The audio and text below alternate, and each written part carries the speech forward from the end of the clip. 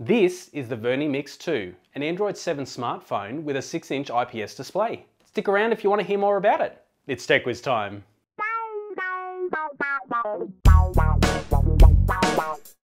Hey guys, hope you're having a great week. My name's Jonathan and this is TechWiz Time, the channel that creates technology tutorial and review videos. In this video, I'm going to be reviewing the Vernee Mix 2. But first, I just want to thank Gearbest for sending this out to me. No money has exchanged hands and thoughts and opinions are definitely my own. So with that all said, let's rewind a little bit and let's get on to the unboxing. So we'll open up the box and we'll put the smartphone to the side for now. The inside of the box looks really nice. And inside they've included a few things. They've included the wall charger, USB cable, screen protector for front and back, some little information there, SIM card eject tool, and a really cool clear case. So let's have a look at the phone. So the display looks really nice, crisp and clear, being that it's an IPS display. Let's peel that front bit off.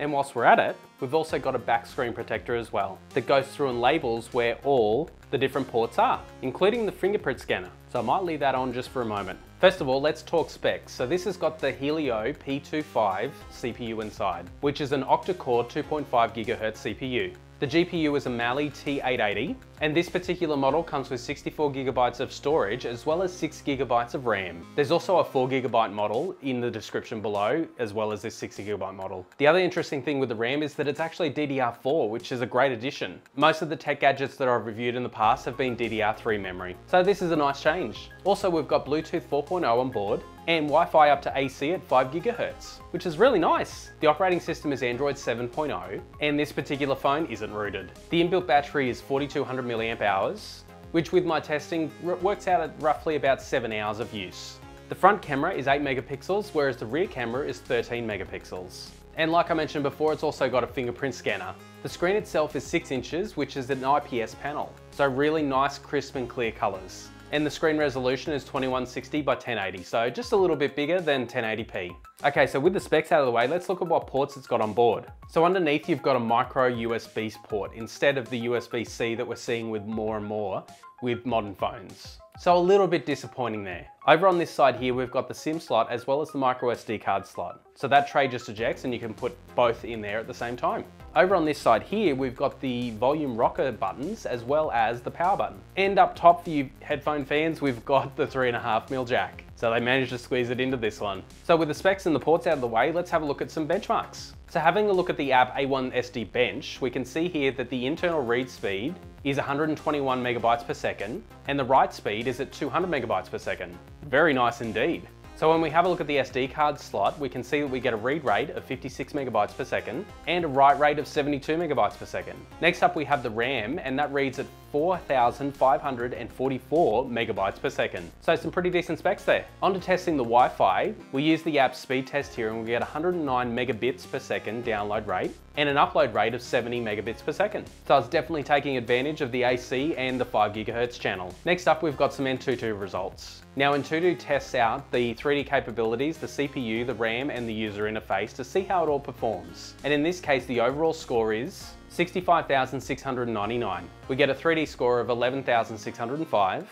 a UX score of 28,513, a CPU score of 20,391, and lastly a RAM score of 5,190. Next up we've got Geekbench, which when we run that we get a single core score of 838 and a multi-core score of 3,832. And the next app that I use is 3D Mark, and this is to test out how games and so forth will run on this device. And in the Slingshot test we get a score of 987, and the Slingshot Extreme test we get a score of 734. Next up in the Ice Storm test we get a score of 11,862, and in Ice Storm Extreme we get a score of 8,957. So with the benchmarks out of the way, the next thing that we want to look at is the actual streaming capabilities of this phone. And Netflix looks like it streams at the 1080p resolution, which is great. And when it comes to native YouTube videos, we can see that a 4K video, even though it is meant to be streaming at 4K, it only streams at 1080p, which is fine for most people since this phone is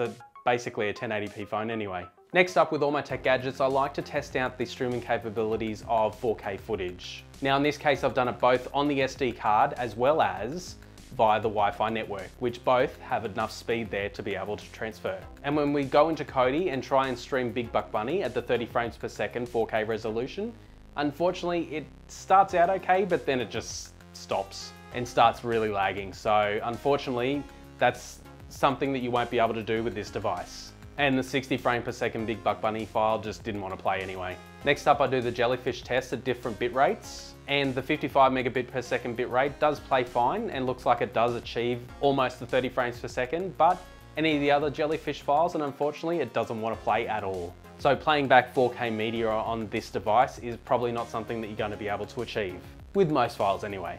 Okay, so now that we've got streaming out of the way, the next thing we want to look at is gaming. And in particular, most Android apps are going to run on this fine. So Android gaming like Beach Buggy and so forth, Modern Combat is all going to work fine. But what I really like to test out is how the emulators work, because there's a lot of people out there that like to play their emulated games on their phones. So first up, I look at PSP gaming with the emulator PPSSPP, which has just recently come out with a version 1.5. So if you're lucky enough, check that out. So with Power Stone, we're seeing frame rates of around 35 to 45 frames per second, which isn't the best, but you'll still be able to get a little bit of gameplay out of it. And then when we switch over to God of War, unfortunately, you're only going to see between 10 and 20 frames per second here. But that's purely a limitation of the device itself, and emulation, of course. With a little bit of tweaking, you can probably get about 30 frames per second out of this, if you change some settings there. If you did want to see a video on me providing some tweaks for Android phones to get more frames per second out of it, then leave me a comment down below. Next up, I test out some PlayStation emulation, so that's PS1, with the emulator FPSE. So here we can see the fan favorite Final Fantasy VII running at the full 60 frames per second, and it definitely brought back some nostalgia there. Next up was the really sneaky Metal Gear Solid, and again, it hit those marks at 60 frames per second. And lastly, the one that sometimes struggles with some devices is Tekken 3. And you can see here that it's working fine at the full 60 frames per second, and it's really good. Got no problems at all with PlayStation gaming on this phone. And lastly, we'll look at the Dreamcast emulation with the emulator Raycast. So the first game off the bat is Sonic Adventure 2. And you can see here that we're getting 40 to 50 frames per second, which isn't too bad. There's a little bit of slowdown, but nothing too bad anyway. You could probably get away with playing this and not really notice it that much. Next up is the fan favorite, Shenmue. And we're getting about 25 to 30 frames per second here, and this one is capped at 30 frames per second, so almost at full speed. I don't think you'll have any problems playing this game at all. And lastly, another fighting game, and this one is Soul Calibur. Now the graphical glitches that you're seeing here is quite common with the Raycast emulator, so don't judge the game for that. But in terms of frames per second, we're getting about 45 to 55 frames per second here. Still good enough to beat someone up, if that's your thing. So overall, that's the Vernee Mix 2, and what I've done is I've left for last the camera, because that's one of the things that I really want to talk about.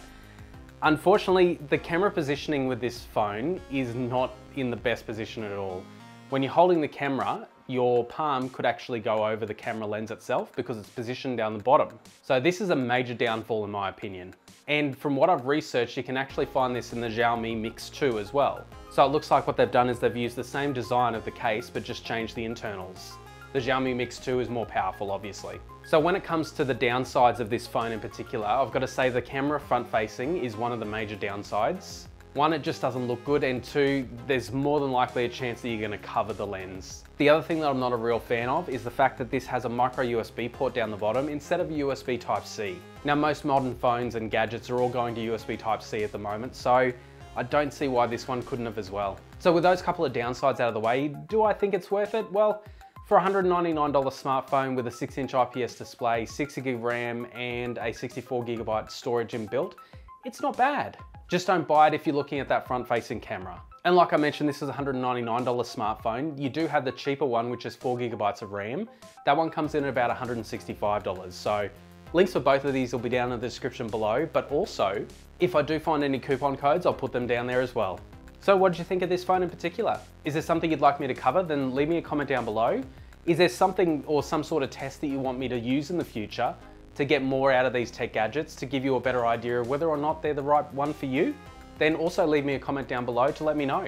I do really listen to all the viewers out there, and I've actually changed my reviews up because of a few comments that have been made. So your thoughts and opinions actually really do help me to shape this channel. In saying that, if you're not a subscriber, make sure you do, because there's a really big red subscribe button down there with your name on it. Are you already a subscriber? Then make sure you click on that bell icon so you get notified of new videos whenever I release them.